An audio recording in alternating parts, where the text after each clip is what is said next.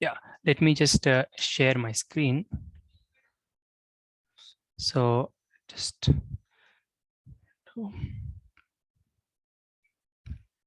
so let me name this topic as theory and problems of matching. Okay, theory and problems, because we will not be going into very much theory, so that's why I'm not calling it matching theory. Okay, right, theory and problems in matching.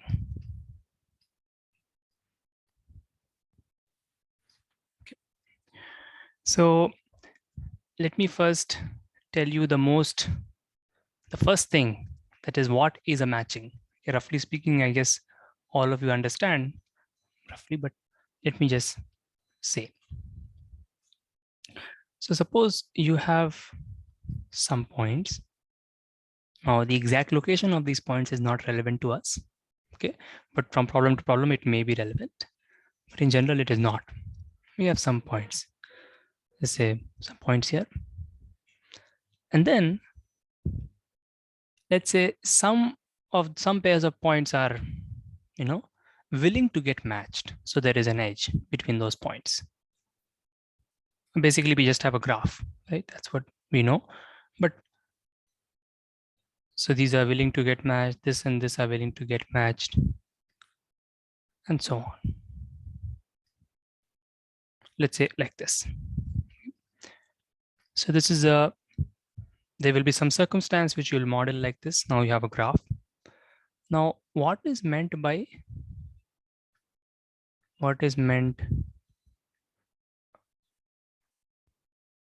so what is a matching? Now, I'm not giving it the motivation because you can imagine it will, once you see the definition, you can understand that it just comes in a lot of places you can imagine. So what is a matching of this graph? So anyone would like to come up with a definition, or if you already know, then you can say it. What would be a matching of? Like pairing of two vertices such that they share an edge. Exactly, pairing away vertices which share an edge. Yeah. So let me write that. Yes, yes. So just intuitively, it means pairing up vertices which can be paired. Okay. So let me say the definition, but let me write this. I'll just say pairing up, I'll say pairing away. Pairing away vertices which share an edge, share a line, which can be paired, whatever you modeled that as an edge. Yeah. So what does it mean? It means, well, you can do this, but once you have paired them up, you cannot use them in a different pairing. That's why it's pairing away. Is that okay? Yeah. And then this, and then this. So this is an example of a matching. Okay. So 1, 2, 5, 6, and 4, 7 is a matching.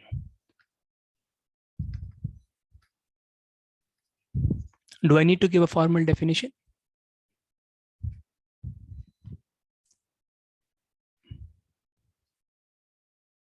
Yes, they cannot hold together, right? Exactly. That's why I said pairing away edges. Okay, right. So let us then come to a formal definition, though you guys get the formal definition now, but still. And I would like if someone can give me a, so don't say something informal now. See a formal definition. This is also an important thing.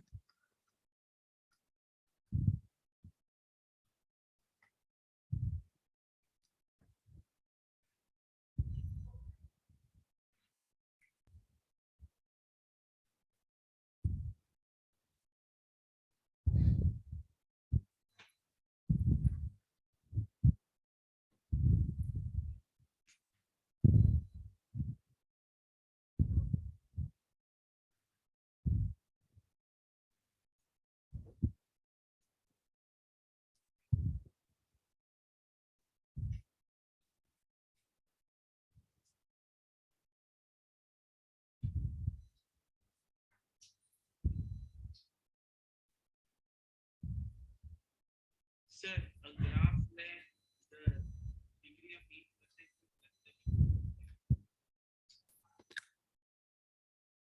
A subgraph. That's a very good definition. A subgraph of the original graph. I'll not say of now, I'll just say subgraph. Subgraph with every, what am I doing? Sorry.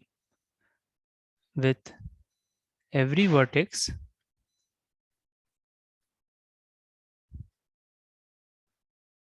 having degree 1 or less. First of all, does everybody agree with this definition? Hmm? Yeah, so degree is just the number of neighbors. Yeah.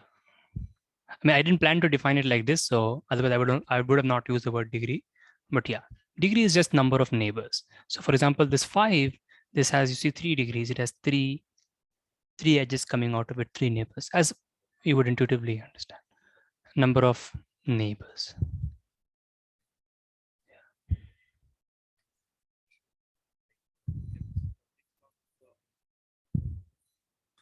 No, no, that's not necessary. No, like 3 is not present.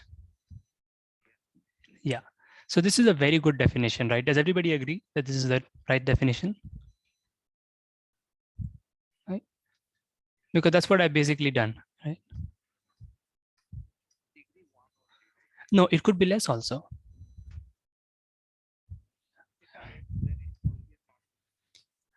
It depends, but you could still, yeah. Yeah, but if it's 0, you could not keep it in the graph, but you can keep it also, no harm, right? Yeah. No, but still, yeah, but that's a logical thing. Yeah, you could, yeah, it's a logic, right? So both are fine. So that's a good definition. But I will also say that a matching is a collection of edges of the graph, okay, with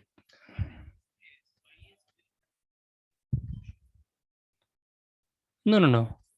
Why? Yeah. With no vertex in common.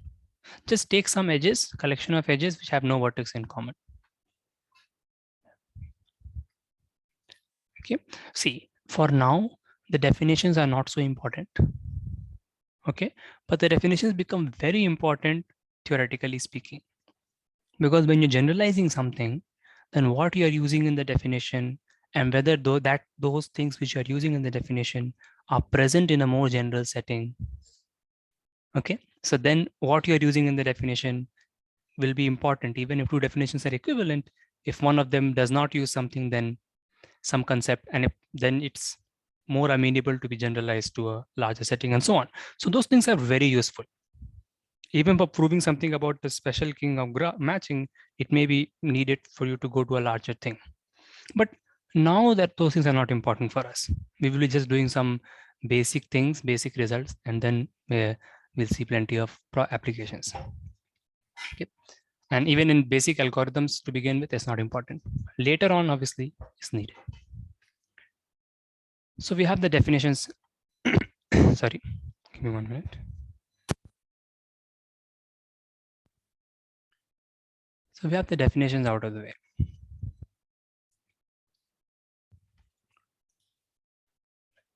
So then let me remove this. Maybe I should mention what are the things theoretically we are planning to do. So the main thing that maybe we are interested in is, given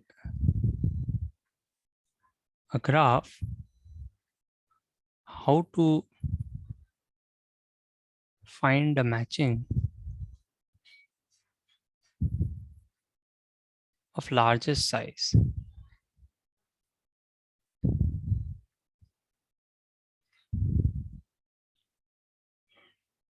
Okay. Maybe Sorry? Number of edges involved. Yeah. Yeah. Number of edges. So this you can take to be the first goal. Yeah. So let's just keep it like this and try to move forward. So in this graph, the matching that I have given, is this the is this matching of the largest size?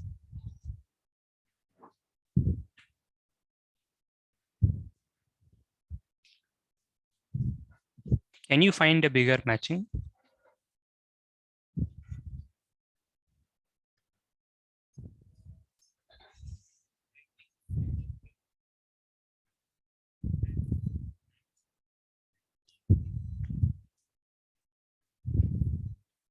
Right. So when there are an odd number of vertices in general, then you cannot really have a matching which has more than half, right? Which has half number of edges. So yeah, this is certainly maximum. Now, if you make a more complicated graph,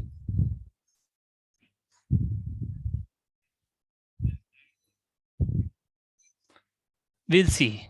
Certainly we will go to an algorithm, but we'll first have to do some theory, otherwise we cannot make an algorithm.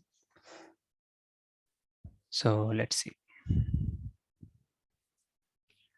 1 minute. 1 second. Let me change the graph. Let me go to a simpler situation.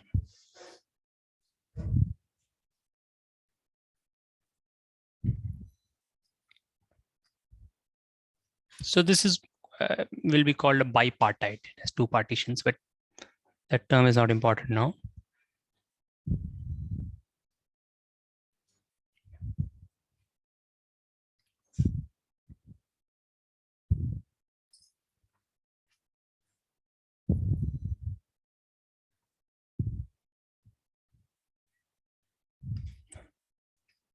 Right. So can you guys try to find the largest maximum matching in this graph?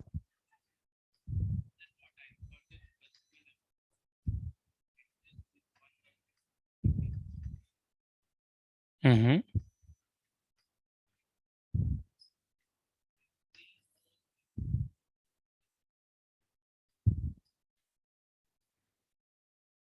Three, 4, 7, 8.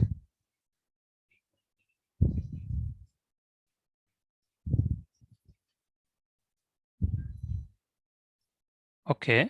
Okay. Right. Between 3 and 4, only one can be involved.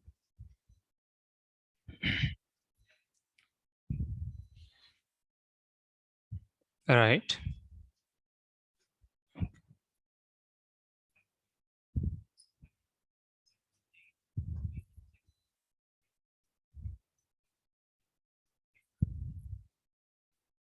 Okay. So you are saying that we take this and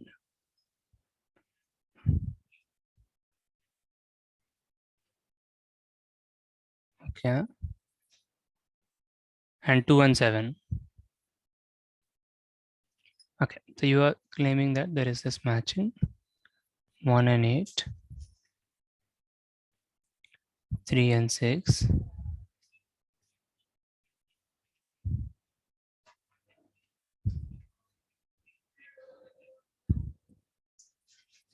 Good. Yeah. So this is maximum. Right. Yeah. You see, so you cannot find 4 obviously. Okay. You cannot find matching with size 4. Does everybody agree that this is a maximum?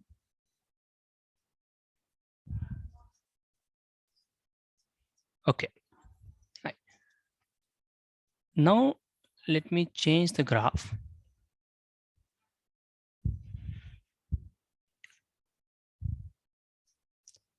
Oh yes, see, it's a matching, right? Because as you can see, I have paired up edges. I have paired up vertices, sorry, right? 1 and 8 are paired up. They have a line, they have an edge between them, right? So we have paired them up. 3 and 6 are paired up, and 2 and 7 are paired up. And I'm not using any person in two different pairings.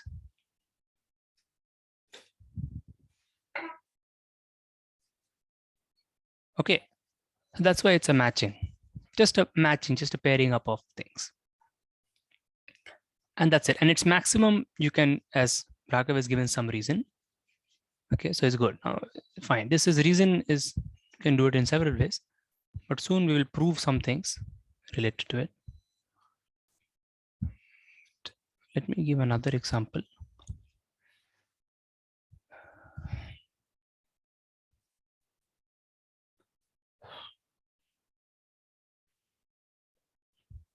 One minute.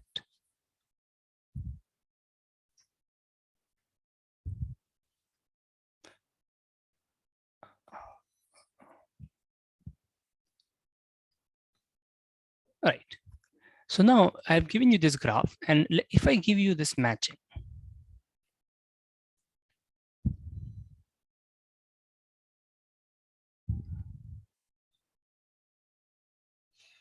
so I'm not asking a question now. If I just give you this matching, so we're just getting a feel for this topic now. Okay? If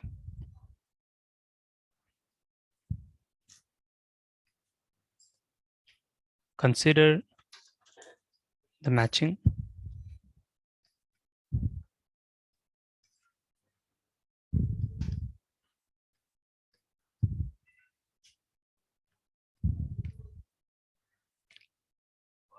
now, the question is this maximum?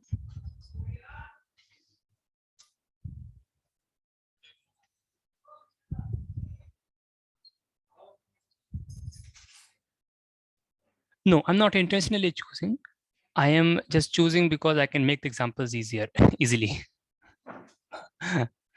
And also it will be easier for you to see. But yeah, these, whatever I've done so far has nothing special to do with bipartite. But yes, when we do the algorithm, we will do it for bipartite. Yes. So the answer is no. So this is not a maximum matching.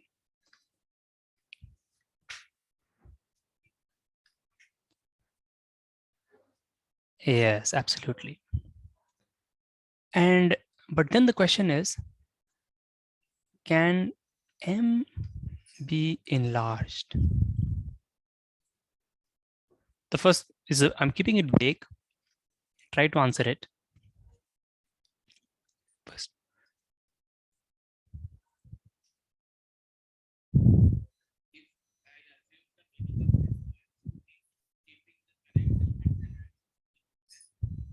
No, right?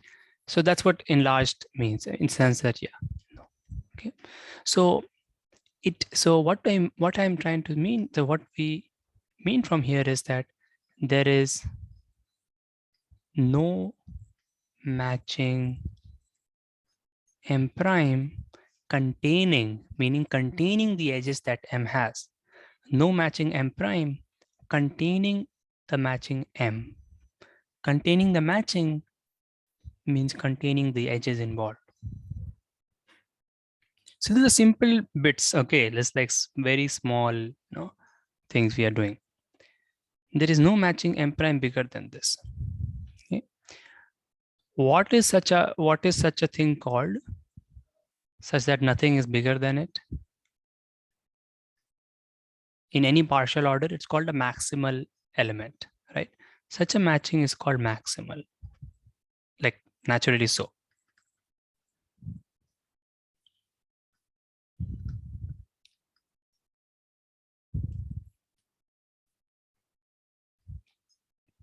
So M is maximal.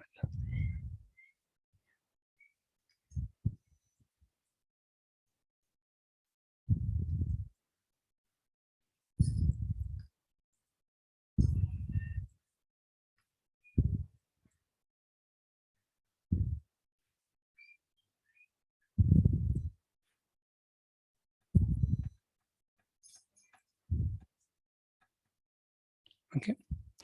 So what do we learn from here?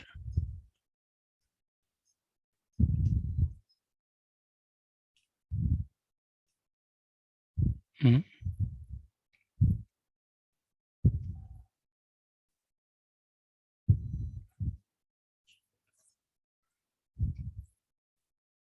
Yeah. We learned that a maximal matching need not be maximum. Simply.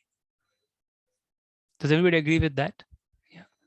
A maximal matching need not be maximum.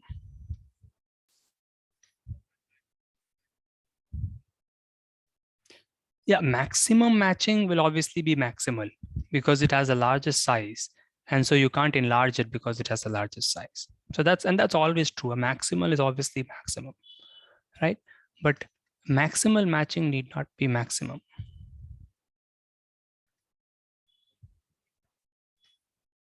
Yes, that's right. But that's a good, yeah.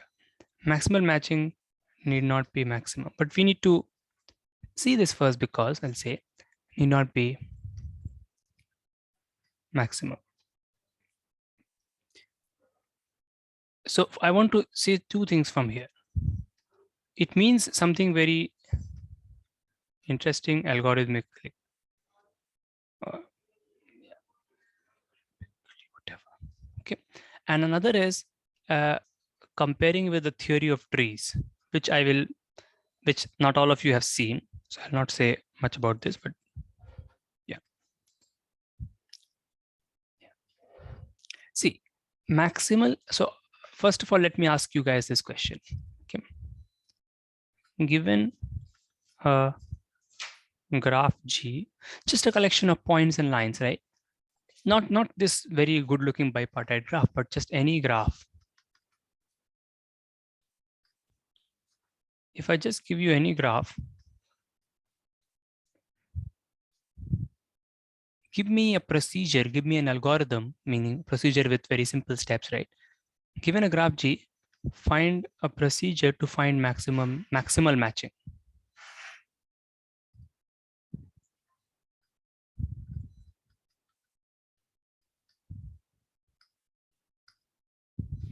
Maximal, not asking for maximum.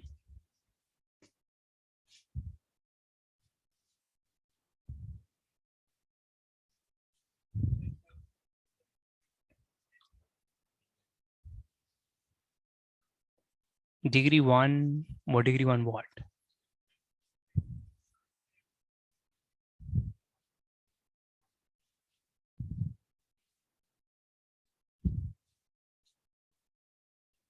And picking edges. Okay. Okay, let's others also think, and I will try to say if that is. And this question is very general. In any problem where you have to find the maximum of something, first of all, you can ask yourself, how can I find the maximal? And those who have done trees, they will know this. Yes, yes.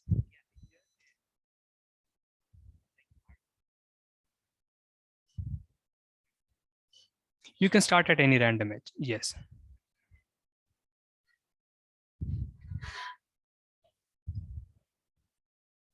Yes, just simple, right? So this is just choose edges, just, I mean, at each step, just choose an edge. Just choose an edge which, which has no vertices already used. Just choose an edge with no endpoints. I mean, what else, right? Simply, what I'm saying is just choose any edge. Okay, pick this edge just blindly. Just pick this edge, and once you pick this edge, basically forget about this vertex, the vertices involving that edge, right? And you can also forget about the edges that are coming out from that vertex. But yeah, just blindly pick this edge, pick this edge, pick this edge, pick this edge, pick this edge. Stop. Finish. Just pick edges, and all you have to make sure is that you're not doing something illegal. Right? You have to just ensure that. Is this clear, or should I just give another example?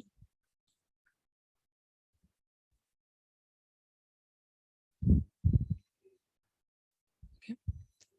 So now, yeah. So now please tell me if anyone has, I mean, why should this be maximal? It's already like almost in the definition, but still reasoning.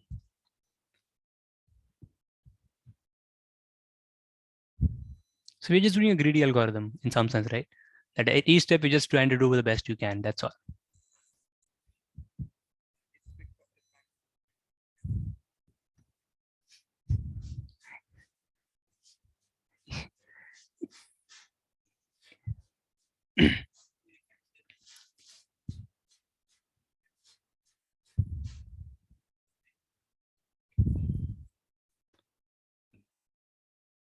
Yes, yeah, you can just write something like that. That's right. Yeah. So you choose this, you choose this. Yeah, but you do have to say something like that. Yeah, you have to say that all the leftover vertices, they don't have any edge between them. And this is an important point. This is very, very important, right? So it's very, very trivial, right? Leftover vertices have no, maybe just to show you that more clearly, you can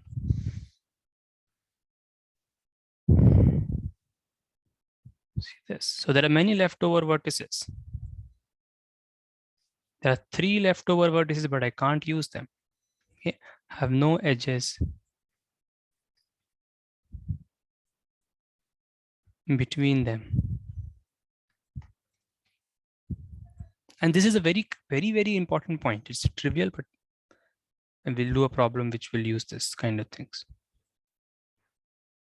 Yeah, and this is clear because if there were an edge between them, you would have picked it in the next step. Right. So we are going to just pick edges and we're going to stop when we cannot. And it's very easy to see when to stop because edges are in front of you. And when you see an edge, you have to just see if you have used the vertices of that already, endpoints of that. Even if one of them you have used, then you don't pick it. Simple, and then you just do it. So there's no like, you don't have to like check over all subsets or something like that. It's just simple, straightforward thing. Okay. So maximal is always very simple to find. Okay. But when maximal is not equal to maximum, it means something, it means that algorithmically now the problem is difficult. So let me not say anything about theory of trees comparison now, because I think we'll confuse. So let me just this point. So we'll remove this and I'll just say maximal is simple to find. But a lot of time this works. Like a lot of problems, we have to just do the simple greedy step. At each point, just do the best you can locally and just move forward. Like this base representations and so on, just pick the smallest thing or whatever, and so on, and just keep moving forward, right? So it works, but it doesn't work here. So because maximal is not equal to maximum, algorithmically, it means that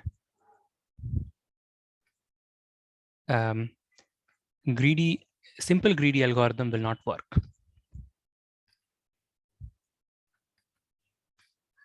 Simple greedy algorithm, a simple greedy method will not work. And this can be a good, whenever in any problem you are asked to find the optimum through some procedure, find a procedure to determine the optimum. Then before you, or when you try greedy algorithm, if you can get an intuition, if in that problem maximal is equal to maximum or not. If it's not, then simple greedy algorithm will not work. Okay.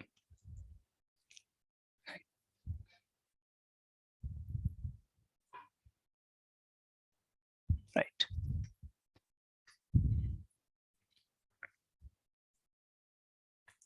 Hmm.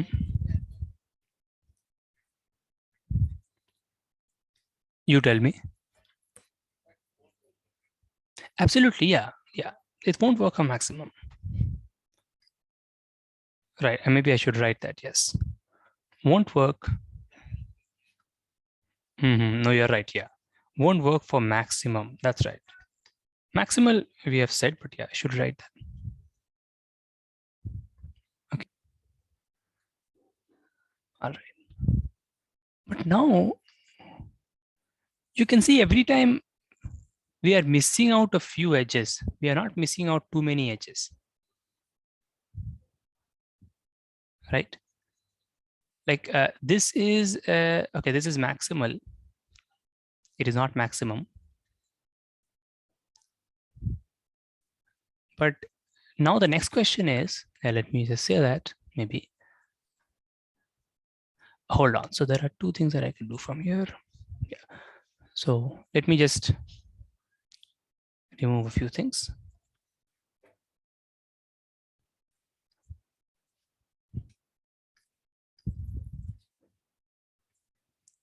There are two questions. There are two things that we can do from here.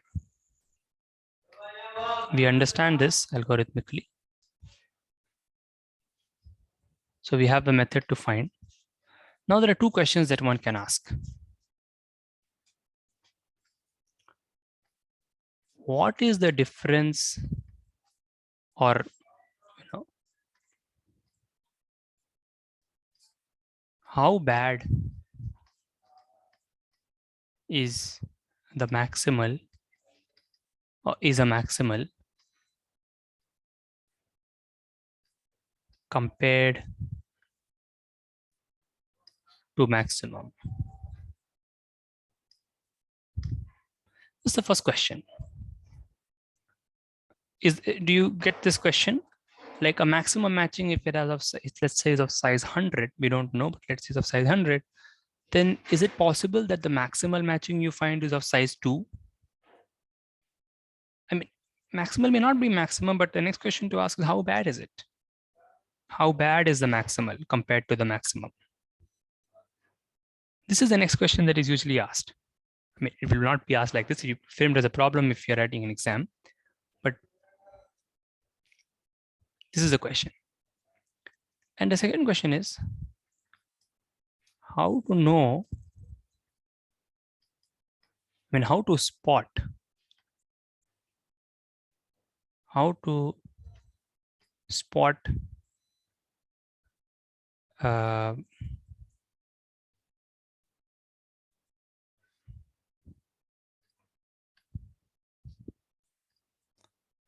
to know if a matching is maximal. Okay. See, if you want to find, no, not maximal, maximum. Now, why is the second question important? Well, this is a very vague question. What I'm trying to say is that if you want an algorithm for maximum matching, okay, just hypothetically, just imagine if there was an algorithm for maximum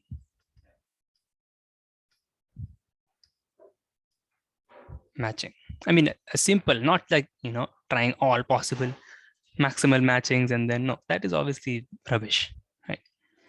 There's no use. Algorithm means some, not doesn't take exponentially many steps, right? All subsets means you'll get exponentially many, or all maximal matchings. Algorithm for maximum matching. If imagine if there is an algorithm that gives you the maximum matching, right? How will it find one? How is it going to give you? I mean, potentially, what could be the way?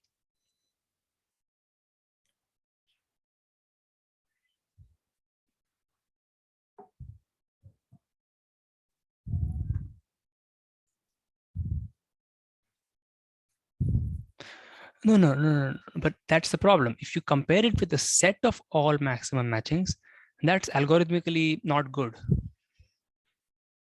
right? So,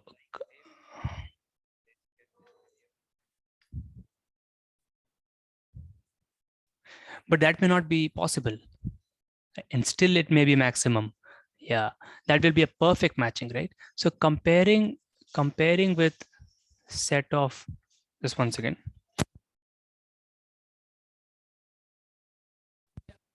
comparing with set of all maximal matchings, this is not good, never good.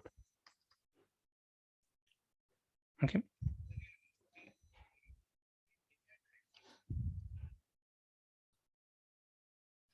Right.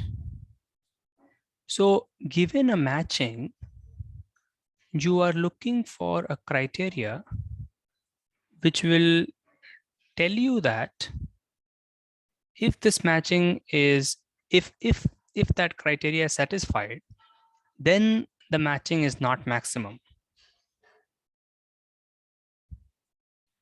Okay, or if that criteria is not satisfied, then it is maximum. And that criteria should be a local criteria.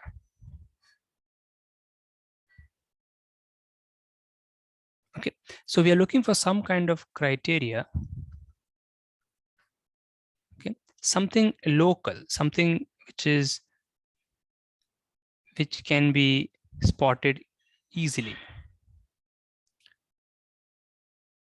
Okay, we are looking for some criteria which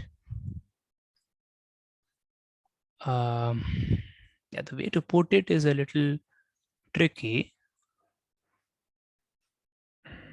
Just getting a little, one second. If it doesn't work, then I'll just directly go for the thing. Yeah, but once I had thought about this, even when I was trying to abstract when algorithms can be expected and when not, and things like that. So, because that's why when computer scientists they do these things, right? When they see problems, like if you tell them 100 problems, optimization type of questions, they will pick one or two among them and say, I'm only going to work with these, because they will know by looking at the question, they will know if they can expect something hopeful there or not. Okay. So 1 minute. So you are looking for a simple thing, which if you find that thing, then you can say that the matching is not maximum. And if you don't find that thing, then you can say that the matching is maximum.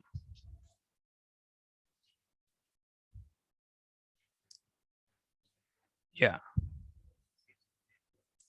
No, no, no, no, no, no. Yeah. So weights are used to convert non-matching problems to matching problems. Right. So basically, we are looking for a simple criteria, as I said, a simple thing whose presence will allow you to construct a bigger matching. Okay, let's go to it. We have already actually seen it. So let's try to attack number 2 first.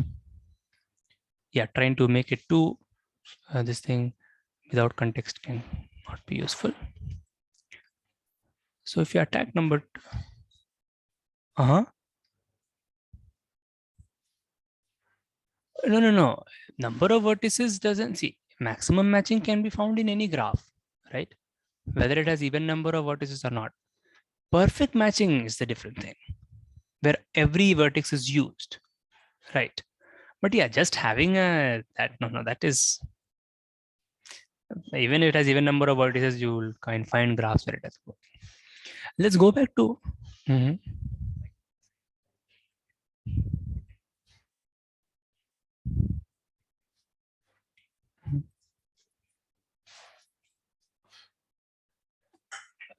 if a vertex is connected to,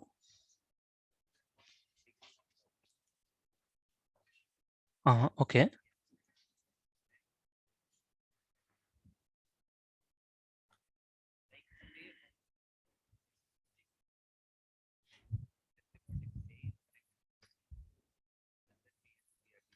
okay.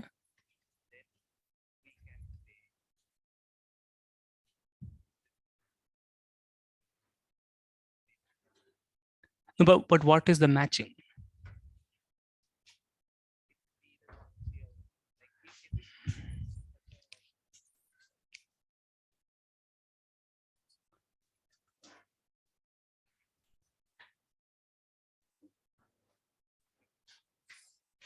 No, but then what you're saying has to be with respect to a matching. Like, what do you find in a matching? Like this, obviously you will never find in a matching. This will be a graph, but then in this graph, if I take this edge, then this is a maximum matching.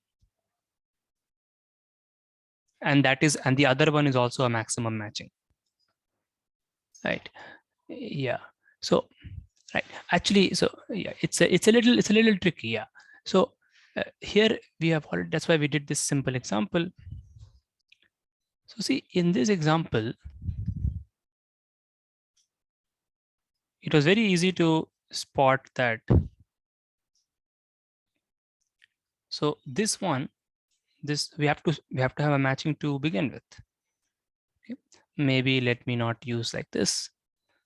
Let these yellow edges be the edges of the matching. It's also in the graph, but they're in the matching also. So we had this matching, right? It's a matching, but how did we say that this is not a maximum matching? Because you could see it, right? I mean, obviously. But you see, you look at the edges which are in the matching and the edges which are in the graph but not in the matching, the red ones, the purely red ones. You kind of get a path. You get a very special kind of path. You can see. You get a special kind of path, which in this case uses everything, but it doesn't have to. You get this special kind of path. So yellow edges is not maximum. And you can see something else. We have this green path. Okay. This green path starts. So first of all, the green path, which means that sequence of edges are there. In the matching, not in the matching, that's a different issue. But sequence of edges are there. Okay. But something special is there about this path. It starts with an unused vertex. Unused vertex. The edge is unused, that's fine. But even the vertex is unused. Is that right? We start with the unused vertex. And then the next vertex is a used vertex. It's used in the matching. It's called a saturated vertex. Good definition, I think, good word. Right? And okay. And then you have a used edge.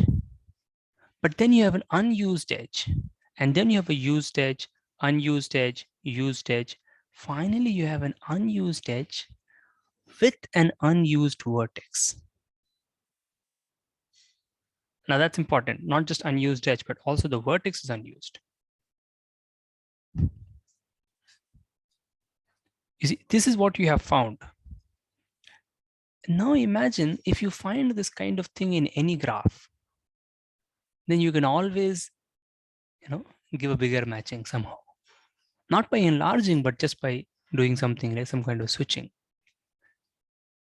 So we have this, so let me first give a definition. We have this path. It's not maximum, let's call this M. So we have a path starting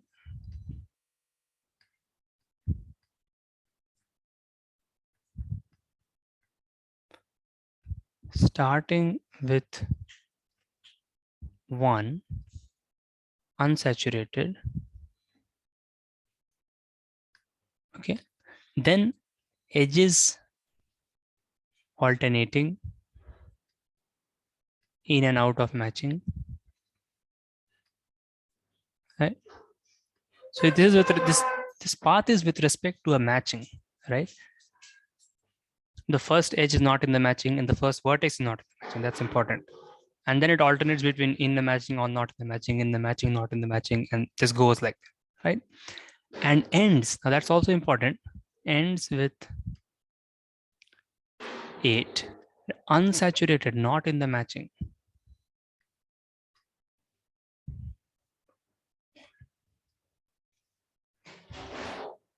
Okay, Such a path is called a, okay, let me not give a name to it now. This kind of path. So do you guys agree that whenever you find this kind of path in a matching, then you can enlarge the matching?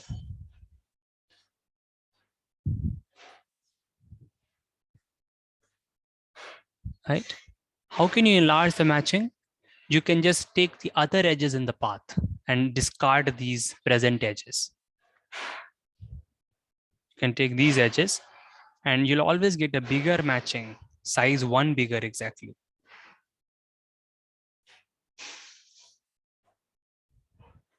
Yeah. So such a path can be used to enlarge any matching. Is this idea clear? Like whenever you find this kind of path in any graph, can be very complicated. But if you find such a path which starts with an unused and ends with an unused and has this augmenting thing, then you can always get a bigger matching by doing this. Now this can be said mathematically, it's a direct sum, it's kind of a it's called this exclusive union kind of thing, which is very useful for harder things. But right now we can just do with talking about it like layman. So such a path can be used to enlarge any matching. Is this point clear? Okay, because you see, then you can just take any matching, which you can take any maximal matching that's easy to make, and then you can keep, and then if you find these things, then you can enlarge it. And you can get a bigger and bigger, no, not enlarge, I'm sorry. You can get a bigger and bigger matching. We're not enlarging, we're changing the matching, right? But we're getting a bigger matching. Any questions?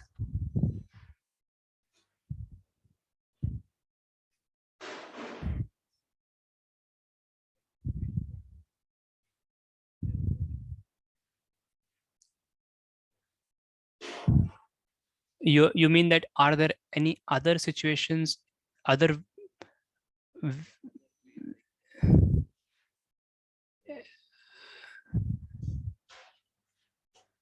get a bigger matching?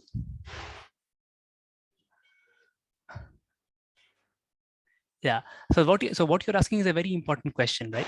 So what you're basically saying is, if my graph doesn't have paths of this kind, then is it maximum? That's a question. That's your question, right? And that's a very impact. That will make the problem algorithmically complete. So and let's see. That's a question that we will answer. That's a very important question. Okay. So let me first give this path a name. Okay. Such a path is called augmenting. Such a path, augmenting because it can be used to augment the matching, right? Get a bigger matching, right? Such a path is called an augmenting. Now, these words you don't need to know, but I mean, maybe you can know, but the main thing is that you're given a scenario, and no, if you can just say very simply if you can make it bigger or bigger. Okay. Now, whether you cannot make it bigger, for that you have to answer the other version, but you can just, yeah. I mean, this can help you to quickly find larger matchings at least. Maybe most often you'll get the answer, right answer. Such a path is called an augmenting path. Augmenting path of M. It matters which matching you are starting with in the graph, right? Because when I say in and out of the matching, it matters what matching you're taking currently. Because, okay, in this matching, this was augmenting because there were certain edges which were not in the matching and in the matching and so on. Okay, so this is the first step where you can algorithmically making some progress. Okay, I am taking a matching, I'm getting a bigger matching by doing these things. But then the question is, so this is okay with everyone? Any questions? Should I take another example? Yeah. So you see, it doesn't have anything to do with bipartite. It is just a, yeah. So till now we have not done any theory, but what we have done is just you can use these techniques and tricks like some reasonings that Raghav gave, and this maximal finding technique and this thing, these techniques you can use to just find bigger and bigger situations. And maybe just if it's a computational question, mostly that will give you the answer. Okay. Yeah. But now we'll come to things which you can be used to actually surely know that what you get is the best. And for that, we'll have to do some proving. Okay. And then we will do some problems where it's disguised. I mean, even there is a section in Olympiad books where they are dedicated to this kind of matchings, but they usually only do the Hall's matching theorem, which we will do. That's an application of induction can be seen. So we will see. Yeah, but yeah, such a path is called an augmenting path. Okay. Okay. But then, so this augmenting path can be used to start with a matching. Preferably, you can start with a maximal matching, because why not? You can find it so easy. So you can use this to start, and I encourage you take graphs and do these, because if you don't actually find augmenting paths on your own and enlarge, you will never get an intuition for these, and then you can't prove things about these things. Okay, start with a maximal matching. So on your quest of finding the maximum matching, start with a maximal matching. Next step, why am I doing this? You just find as many augmenting paths as you can.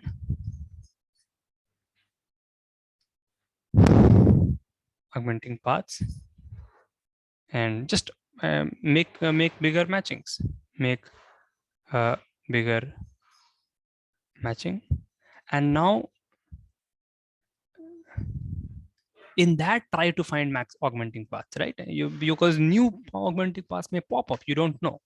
Right? We don't know the theory of augmenting paths very well, right? If you know, once you know it very well, there are a lot of it behaves in a very thing. But for that, we have to know some more things which we will not go into now. Okay? We make a bigger matching, but so this will algorithmically maybe good, but how to be sure you will get a maximum matching in the end?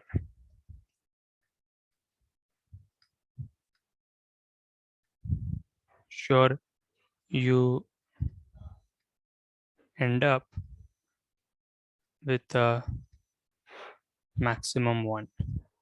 Like the proof of the algorithm. We are kind of getting an algorithm, even though it's not an algorithm. This is just a, but at least it is, because paths can be seen easily, right? Then, yeah, the algorithm will involve something more, which we will see later.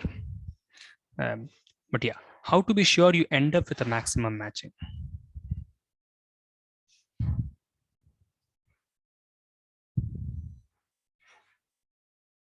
Yeah, and for this, the question that Ritam asked, are these augmenting paths the only obstruction to a maximum matchings? Put in other words, can there be other ways in which a matching can be enlarged? Or put in yet other words, if a matching is not maximum, if a matching is not maximum, then does it imply it must have augmenting paths?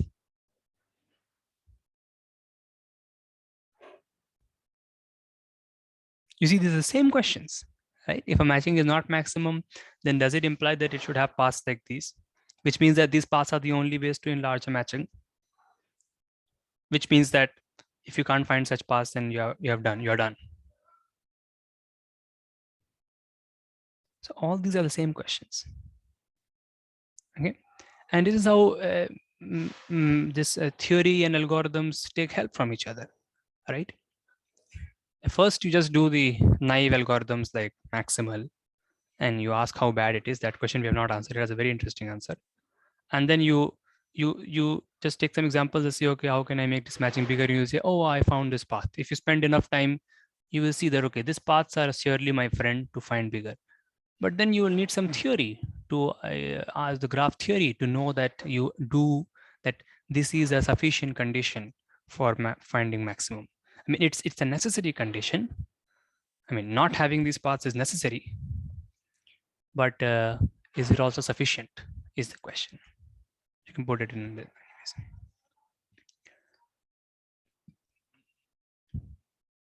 So our next question is clear, and that's our maybe first thing.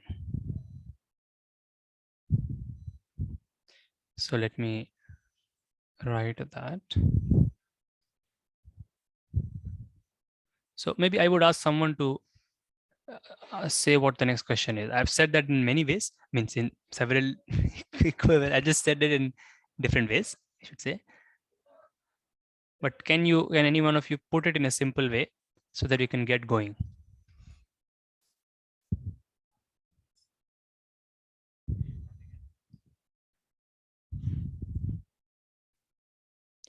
Does not having an augmenting path. Right. So no augmenting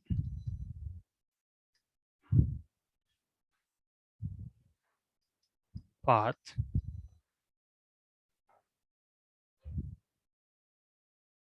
means matching M is maximum. Or you can say, in other words, if a matching is not maximum, then it has an augmenting path. So this is the theorem that we are going to prove. I mean, this theorem will not be hard to predict because once you take several examples, you will see that. But obviously, we can't do that. It takes a lot of time.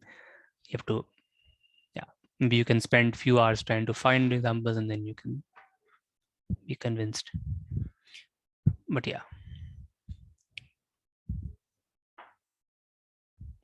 So if there are no augmenting paths, then we want to say that M is maximum. Okay. So how do we prove such a thing? You have to assume it's not maximum, right? So assume M is not maximum.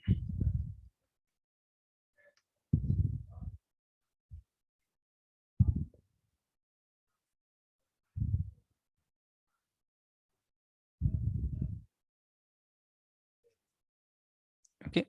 Then the philosophy is that you compare it. So what we are going to do now is the technique which is used everywhere in matching theory. Okay. Compare it with a maximum matching. Compare it with a maximum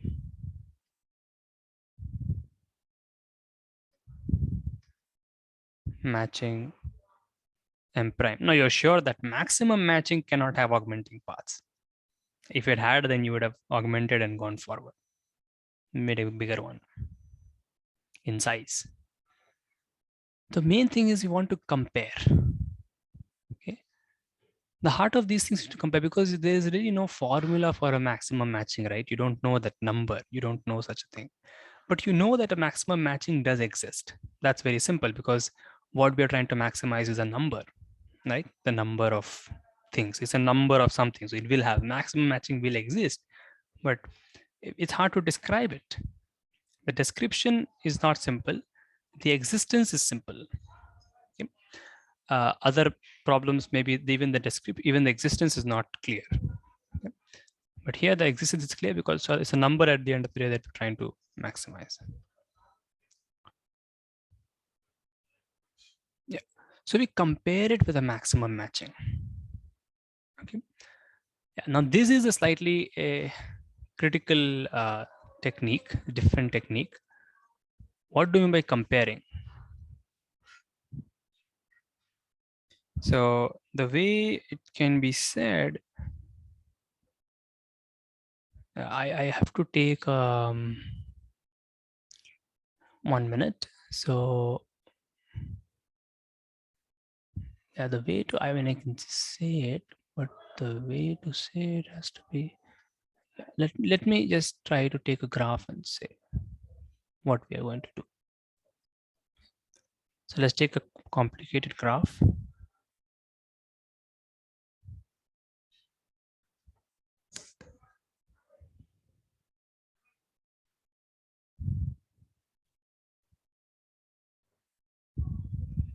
So remember, we are going to compare it with a maximum matching. How do you compare two things? How do you compare two matchings? So let me, yeah, but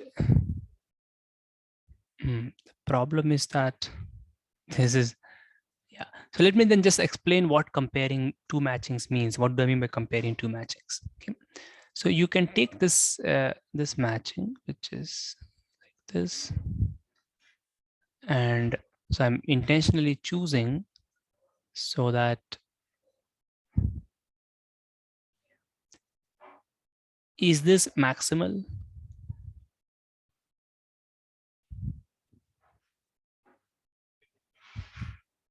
So the yellow edges, is it maximal? So let me draw the lightly. Mhm.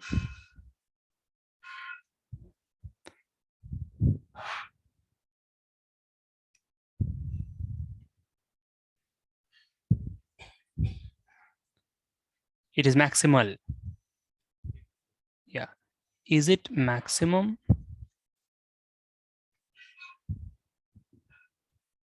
Certainly not.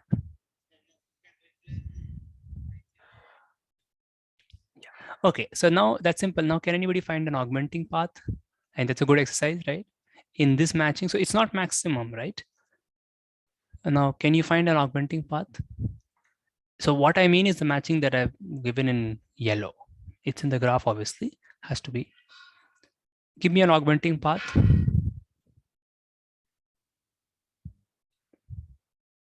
Like, yeah, formally, how you would enlarge by finding an augmenting path. So start with a vertex which is unsaturated.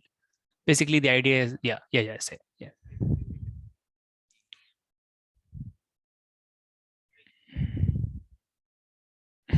Yes. 8, 6. Sorry, 8, 6, and then okay. Mm-hmm. How do you go to 8 from 3? 4. Good. Yeah, just go to 4, nah. Good. Done. Yeah. Yes. Sorry, it doesn't alternate, right? It has to. Right. You can go to 2, and then you can go to. Let me just draw it in a different place, right? Don't want to confuse. So the graph is clear, the matching is clear. Okay. This is just like practice which you can do, but I am doing it because I have to compare it with the. I have to tell you what comparing two matchings means. And that's the heart of all the Hopcroft-Karp algorithm. There is so many. This is Edmonds. No, Edmonds I think is very different. Hopcroft-Karp is done like this, but we will not do the Hopcroft-Karp. We'll do a simple one which takes a lot of time, but it's still simple and doesn't take exponential time. So because that is very simple to do. But once you can prove this now, then the algorithm is just very simple. To just augmenting paths can be found simply, like by algorithmically. So anyways, let me do it. So I'm just, what I'm doing is I'm just drawing it again here so that we can explain. For most problems, these are the things you will need, but the techniques, theorems you can use. Okay. So 1, 2, 3, 4, 5, 6. So the augmenting path, but for that I have to tell you the matching, right? What matching? I mean, I have to there has to be a matching for the augmenting path. Yeah. So you can find many augmenting paths, right? You can just say that this is an augmenting path 1, 2, 3, 4. Obviously, this is yeah, because you can use it, right? You can see it starts with an unsaturated vertex. I'm giving a simple augmenting path. Start with unsaturated vertex, then you go to a saturated vertex, saturated edge, then you go to unsaturated edge, unsaturated vertex. Now this you can obviously use, right, to enlarge. How would you enlarge? You will say, well, you make this in the matching, you put this in the matching, and you remove the middle one. And it works because these two were unsaturated. You get the idea. Why unsaturated at the end is important. Okay. right? So is it okay with everyone how we are doing this? Yeah. So you do this and then you get this. Now again, you can find an augmenting path. Can you give an augmenting path in this last graph in the final matching situation?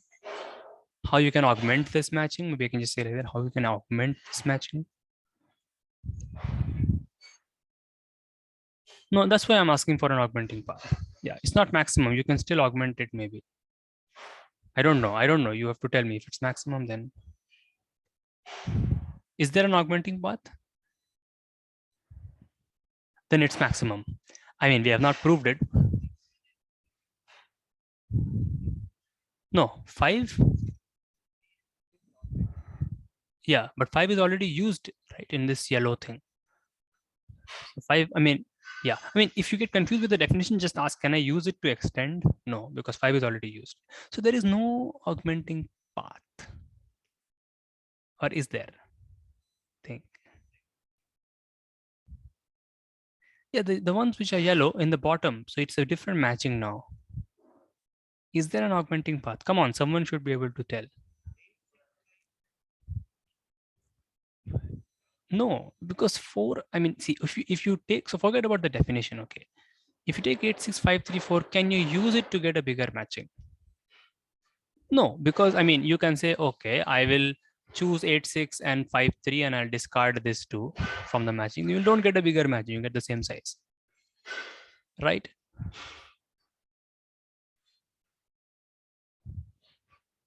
Huh? Uh, yeah, but you can just do 867. This is just here.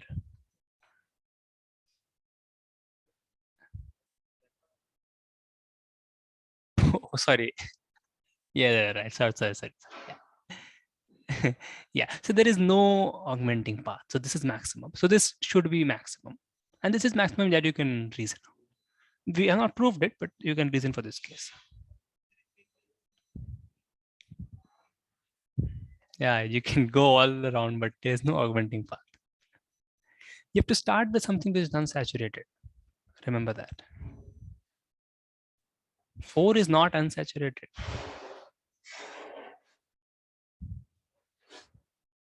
Look at the below, graph below. Yeah, right. You may be looking at the, yeah. Look at the graph below. That we have already enlarged to this. Okay, cool. So you see, this is how you get the different matches. Okay. But now you see, if you take, so we just did a quick thing on augmenting the paths, which is good. But now you see, the point was trying to say is comparing to matching. That's important thing. So I'll just take a very different matching because it's an augmented one. If I take, then it will maybe not very interesting.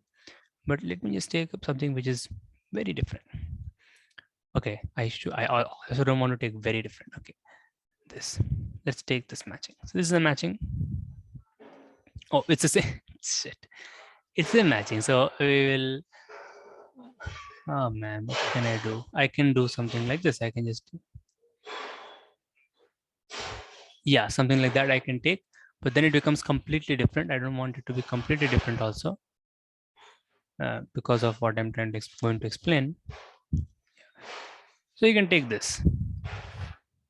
This is not maximum anyways, yeah. But you see, now what we're going to do, compare. So compare means that if you consider the two matchings, okay, we are going to take an exclusive union of the two matchings. M exclusive union M prime. These two are collection of edges, right? What does exclusive union mean? That you take that which is in either the first or the second, but not in both, right? So to say it in more simple words, maybe you just want to take you want to take only those edges which are in exactly one of them, right? You want to take those edges which are in exactly one of them. That is what exclusive union mean, right? This is what comparing. This is what I mean by comparing. So if you take the exclusive union of these two matchings which we have, then what do you get? You only get 6 and 7, right? That is the exclusive union.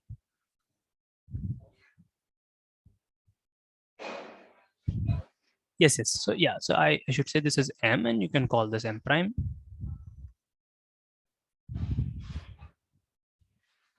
Yeah, but actually this is not M. This is not a matching. This is a graph with a matching. The matching will actually just be this.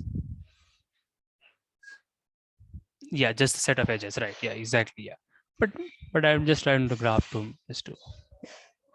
Okay, so you see, exclusive union I'm taking of both the matchings. Okay, which means I'm only taking those edges which are in exactly one of them. I can draw the graph also, but I'm only interested in the edges in the matching. Okay. So this is the exclusive union. Is it okay? Take only those edges which are in only one of them, which are in exactly one of them. You can take another example and try. You can just take changing the matching. Okay. Take this. So now, can you tell me what the exclusive union of these two should be?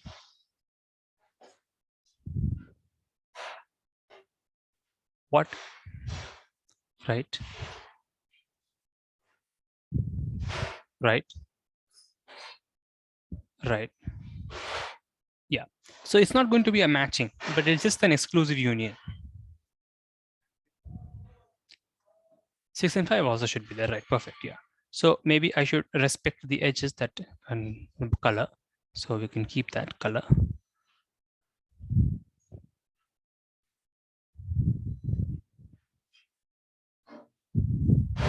Okay. So this we call M direct sum M prime. You can notation used. This notation has a lot of benefits. You can use the properties of this operator, but yeah. Okay. This is a graph. Okay. Now, what can we say? This is just a just interesting investigations on its own. What can you say about the vertices of such? What can you say about the degree of vertices of such a graph? What can be the maximum degree? What can be the maximum degree in M direct sum M prime?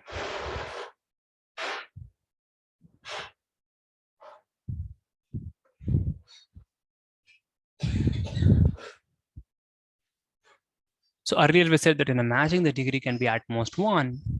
So when you, absolutely, it can be at most 2. It could be 1 also.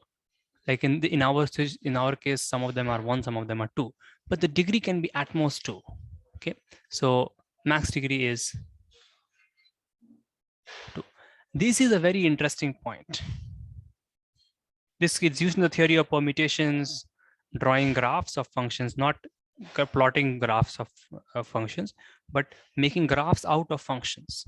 And that is very important in factorization, theory of factorization of functions. Okay, in semi-group things. But yeah, basically, that's a different way to view functions. And whenever you plot functions and such, you'll always get this kind of graph. Just think about it. Kind of, domain to range, if you match kind of, right, you'll always get, I mean, so in many, when you're plotting permutations and so on, so this is, but this kind of graph, which is gotten from matchings also by comparing two matchings, you see, basically see, we are eliminating those which are common to both, because that doesn't affect the comparison. Is that right? We only keep those which are in only one of them, so that we get a simpler situation in which you can compare M and M prime and not arrive at a wrong answer. In some sense, right? So it's a right way, it's a right notion of comparing. So whenever you want a sense of comparing things, use this mathematical notion of taking exactly one. You can just take union also, but those which are in common, they don't really, they can just make things more complicated, and they are useless for comparison, right? So that's the reason why this is a very optimum and exactly perfect kind of operation to do in this situation. Okay, comparing. This is the only new idea. Other things you can just work out more or less. But this is the new idea, and why this kind of thing is done here. Okay. Comparing. So if the maximum degree is 2, this means that this graph m direct sum m prime, which I'm just calling m direct sum m prime, this comparison graph of matchings, you can say, is made up of, what can it be made up of? Well, cycles and paths. What else can you see in a graph which has only degree 2 at most? Made up of means disjoint union. Is that right? I mean, what else can you have in a graph which has only degree 2 vertices? Right? I mean, if you have a path, you have a path. If a path loops back, you have a cycle, but then that's it. You can't touch these vertices now because the degree of all of them is 2. So you see, it's a disjoint union of cycles and paths. Is that good? You have to prove it. If you want, you should prove it. Yeah. So any graph in which the maximum degree is at most 2, it will be a disjoint union of paths. And this is also a very important problem, which is simple, but it's important in combinatorics. Important property. Any questions? Please stop me if there are any questions. Okay. So, right. So then that's what we have. And now we will analyze. Sorry. So what should I do? I can shift this up and I can make this small.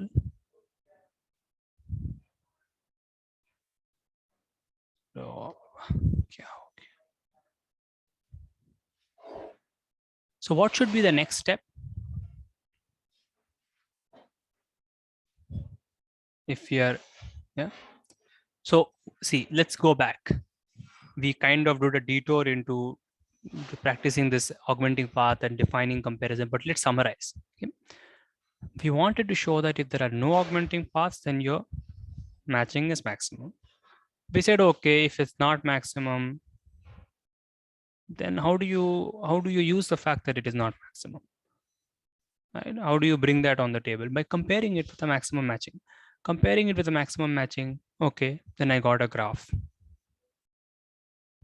After comparing, I get a new comparison graph, which models the comparison. It's an important thing happening here. Okay, you're using graphs to study graphs, right?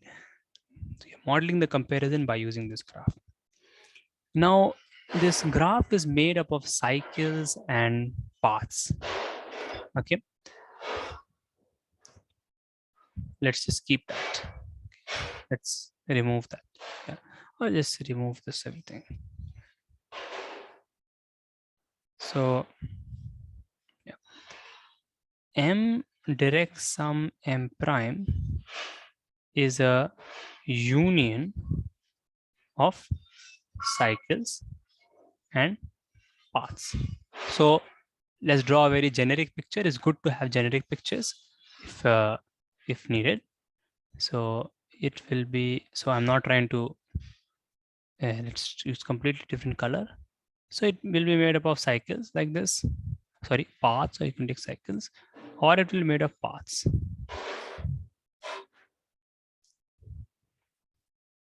Okay. What kind of contradiction are we going to arrive at? I mean, maybe we can't say that, but just roughly speaking, I mean, not maximum and then comparing with the maximum matching. Okay.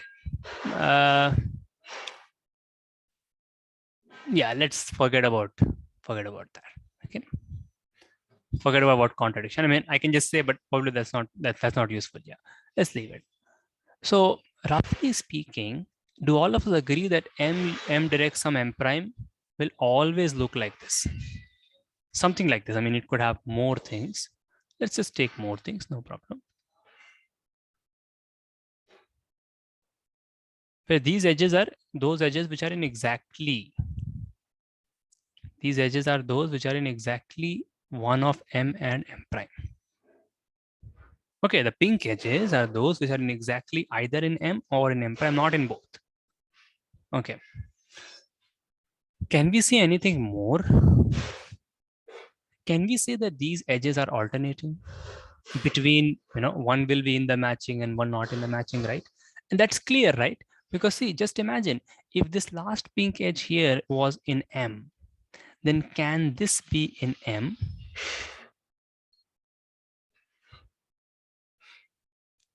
Yeah, it must be in M prime. It cannot be in M because of the very nature of matchings. Okay, these are the things: vertex edge disjoint, implying vertex disjoint. These kind of things are very crucial and makes matching theory not so easy, but not unhopeful also.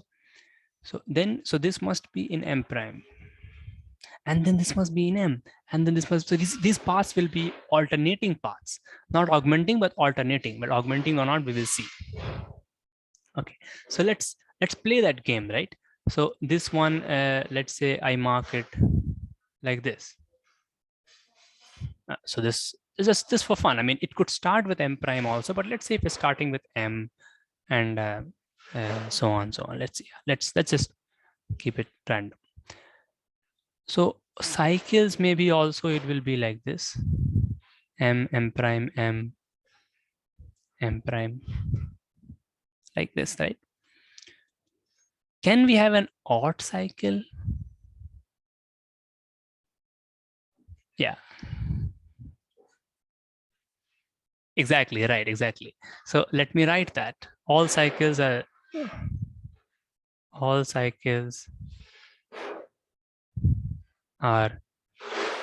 even. So if all cycles are even, so remember, the size of M prime is strictly more than size of M because M is not maximum.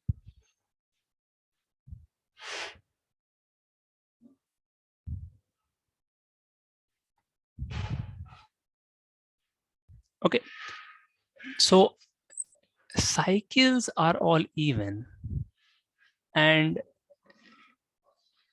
do they tell us anything? No, right? Because I mean, in the sense that in every cycle there are half of the vertices are in, half of the edges are in M, and the other half is in M prime,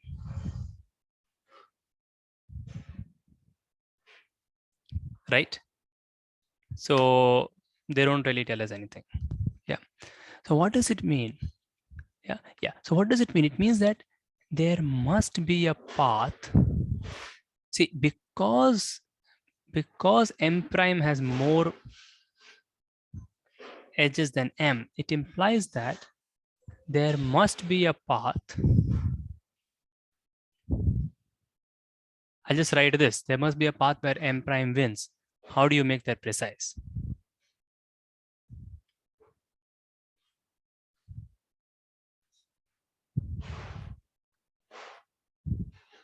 Yes. So see, we know that in M prime, there are more edges than in M. Okay, that's our assumption. So, but cycles, in cycles, it's all balanced, right?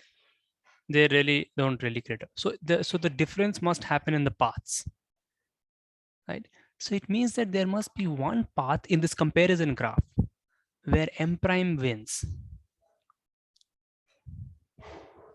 So how do you make that precise, and how do you use it? What does M prime wins means precisely?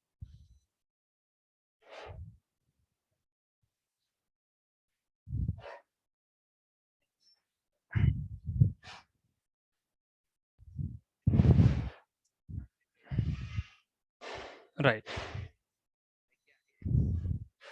Yeah. So there is a path. So there is a P. There is a P in which M prime has more edges. But what does it mean? M prime having more edges means it should start with M prime and end with M prime. In which starts with M prime and ends with M prime. Which starts with M prime and ends with M prime. So you must have a path, an odd length path.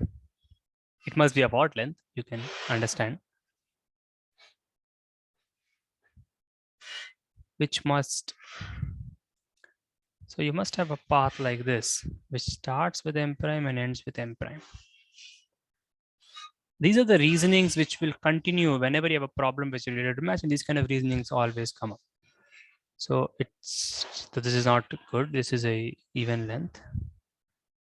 Sorry. So I'll just extend this here. This is the main picture, so it should have been bigger, but maybe we can focus more if it's smaller. So this is M prime, right? So you will always have this kind of path. So now you have found this. Now the focus is all on this kind of path. There are more other things which interesting things that can be said, but what does this path mean for M? Remember, we started with the assumption that M has no augmenting path.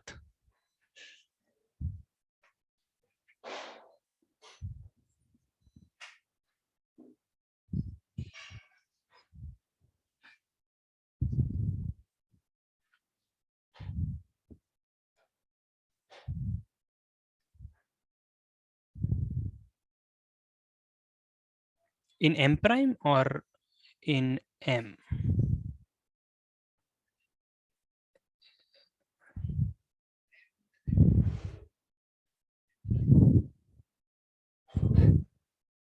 No. That's what we're trying to prove. Yeah. So let's take a minute and think. I just clean up a few things.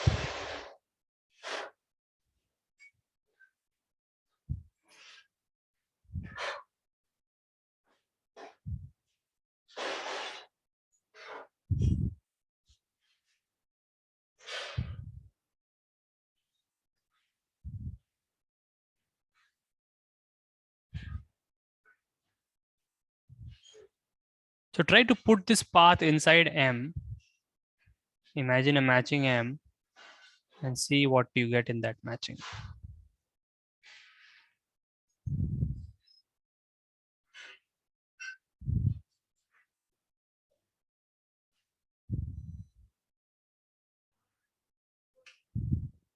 So see, this kind of path, this kind of path is certainly not going to be augmenting in M prime, right?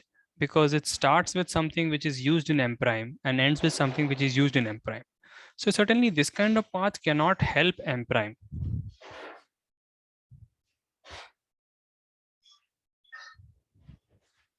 Right?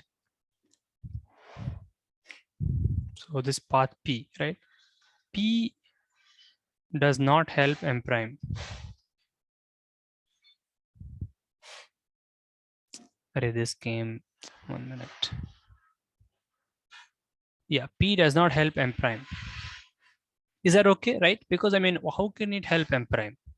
It starts with M prime, something which already used, and so this path, like M prime has already made maximum use of this path. So no use. But can it be used in M? So let me mark this 1, 2, 3, 4, 5, 6. So is one saturated in M?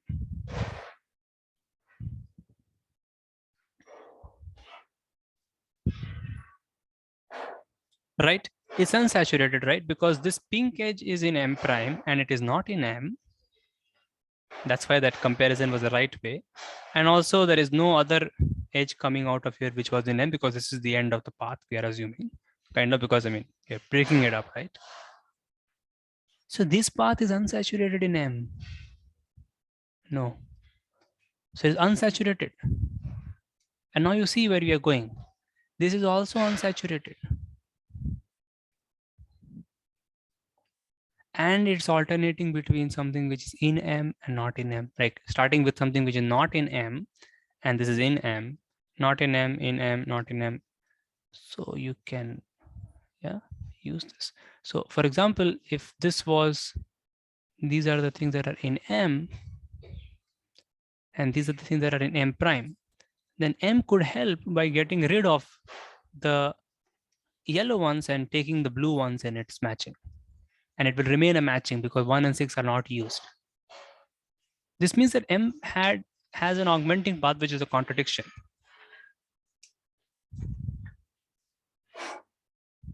Yeah.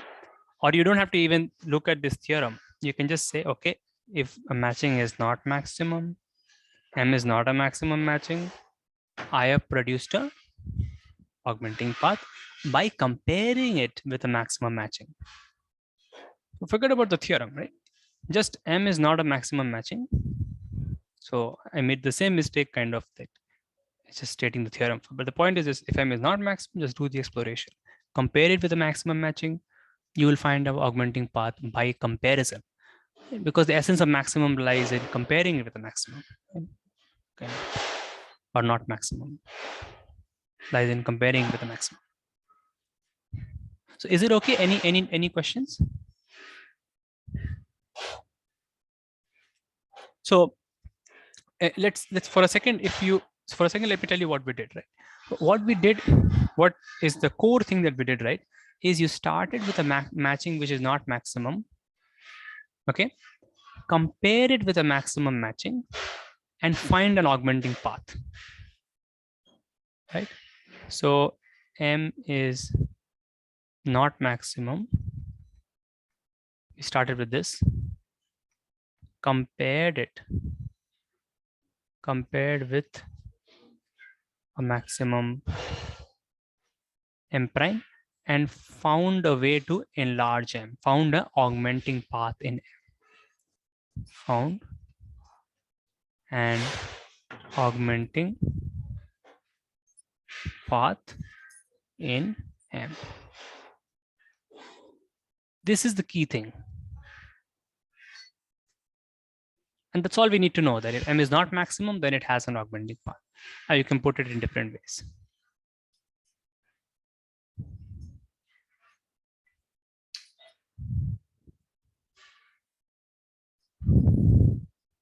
Okay. So now if you have to prove that no augmenting path implies maximum, you can say, okay, by contradiction, I assume it's not maximum and so on, but this is the essence. Okay. So augmenting path means it's not maximum because you can obviously enlarge it, but being maximum means has no augmenting path, or not being maximum means it has all same. I mean, the last two are same.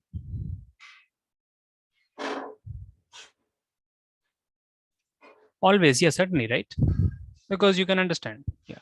Starts with something. Sorry.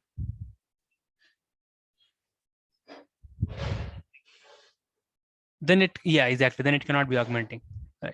Because it has to start with unsaturated, end with unsaturated, and has to alternate. So the augmenting path is an odd length, and that's actually an important property that is used in some algorithms, which we will not do. And there are some advanced, slightly advanced.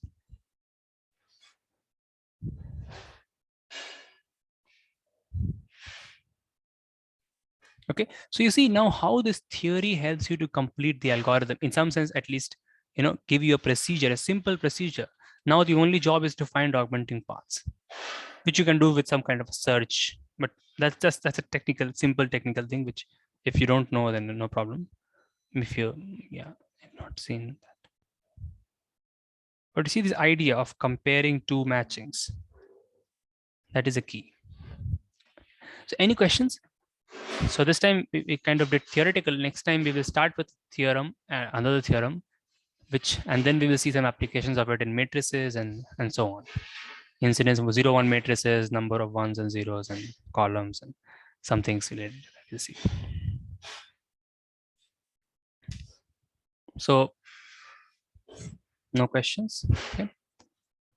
All right. Okay. Then that's it for today. Thank you then. Okay. Maybe we can have another class on Friday or something about this topic, similar thing. And yeah, and I'll also do the problems I sent last time. Try them and then, okay, that's it. And Chandan, could you do the, so let me stop the recording.